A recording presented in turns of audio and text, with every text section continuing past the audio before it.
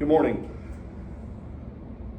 This week's presentation is about comparing or distinguishing between the two terms freedom and liberty. So for this one, I've chosen two Enlightenment thinkers and two primary sources, one from each of them, about freedom and liberty. So I've chosen John Locke and his two treatises on government, and I've chosen Jean-Jacques Rousseau and the social contract. So from Locke's two treatises of government, we look at the term freedom. Locke defines freedom or talks about freedom in one quote where he says, "The natural liberty of man is to be born free from any superior power on earth and not to be under the will or legislative authority of man." So he talks about how our natural state, our inalienable rights, our God-given rights as human beings are to be free. We are to be free. We are born into a state of freedom. Freedom is innate in all of us. And Locke addresses that with that quote. Another quote from this particular source is that freedom of men under government is to have a standing rule to live by, common to every one of that society, and made by the legislative power erected in it, a liberty to follow my own will in all things where the rule prescribes not, and not to be subject to the inconstant, uncertain, arbitrary will of another man. So again, he's talking about, yes, there should be government with laws.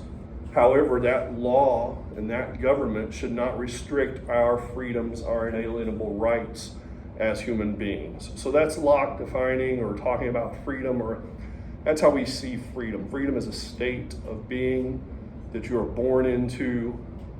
Everyone has it, and then other outside forces can impact that state of freedom, but the natural state of being is to be living in freedom, is to have freedom.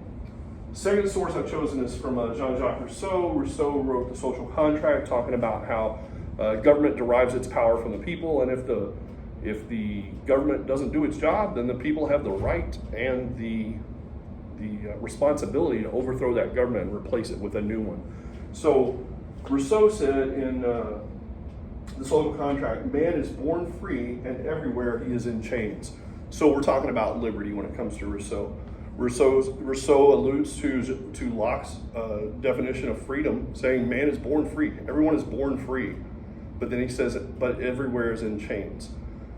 So liberty is this idea of, I would say it's a little bit of an idea of giving up some of that freedom, or taking those freedoms that we're born with and then putting them into Rousseau's social contract between the citizenry and the government, allowing the government to govern.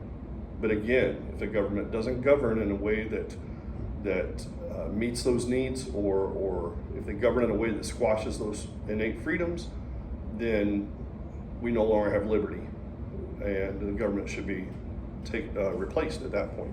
So Rousseau's defining liberty as something that it's different than freedom, and freedom's innate.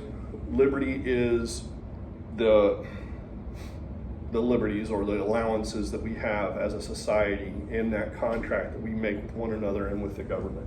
Another quote from Rousseau is, the mere impulse of appetite is slavery, while obedience to a law which we prescribe to ourselves is liberty. So I take that to mean that the mere impulse or the cravings of people is liberty. It's slavery, sorry.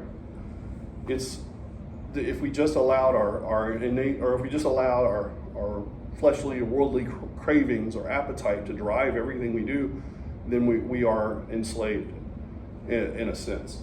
And he talked about how obedience to a law that we've prescribed or we've created ourselves is liberty. So again, he comes back to the social contract, the idea that we create the laws that are put in place. And if we do that and we follow those laws and we live within those liberties, then that is a liberty, that is a freedom that is afforded to us as human beings.